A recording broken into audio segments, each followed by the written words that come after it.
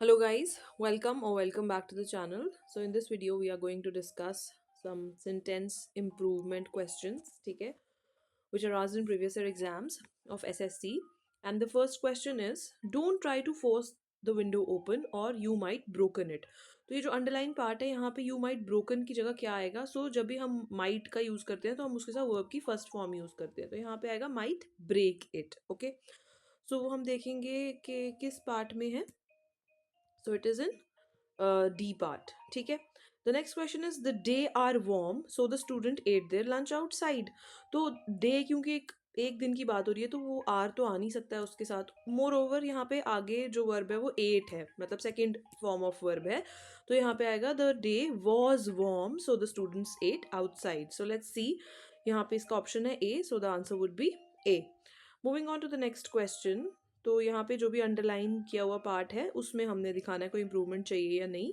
सो यहाँ पे क्वेश्चन है, when you ride a horse bracket you sat on it and control its movements. So when you ride a horse you sit on it and control its movement. So the answer would be B, sorry C, you sit on it and control its movements. ठीक है.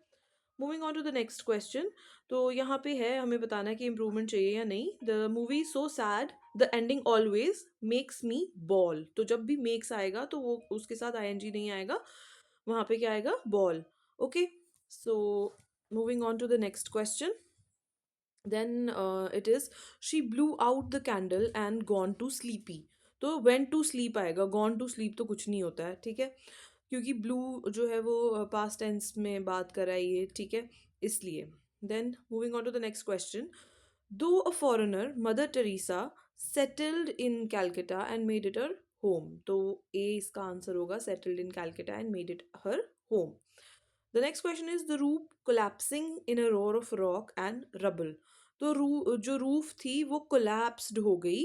ठीक है, collapsing नहीं आएगा, collapsed आएगा यहाँ पे. The next question is the manager have get out under the collar when the workers damaged demanded higher wages.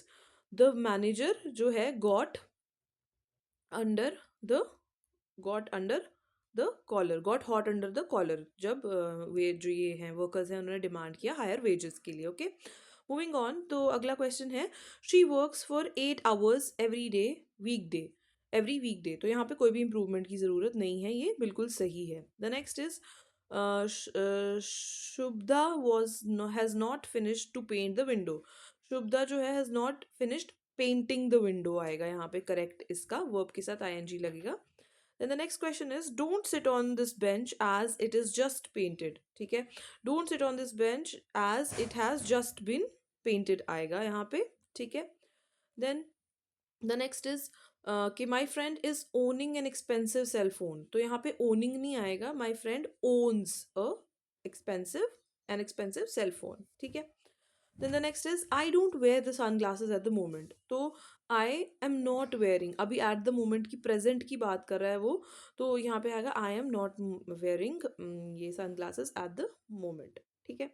Then the next is delegates of the conflicting countries formally meet at a conference to iron out. ठीक है, to जहाँ पे भी लगा होता है उसके साथ verb की first form लगती है, ना कि verb के साथ ing लगता है, तो यहाँ पे आएगा to iron out their differences. ठीक है.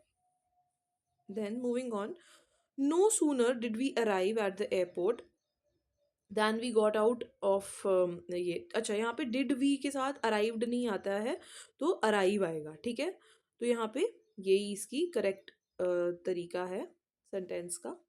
The next question is, it is raining a lot in April and May but the summer is very dry. तो it rains a lot in April and May but the summer is very dry. Then the next is, no sooner did she shouted than the thieves ran away. No sooner did she shout आएगा, जहाँ पे भी did use होगा वहाँ पे verb की first form use होती है, तो no sooner did she shout, तो C इसका आंसर है.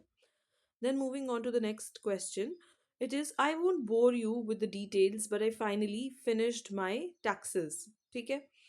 उसके बाद the next one is he sharpened his pencil but the lead broke as soon as he started writing.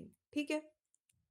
Then the next one is the government has been building more schools to provided, तो वो has been building है तो to provide education at secondary level आएगा, ठीक है।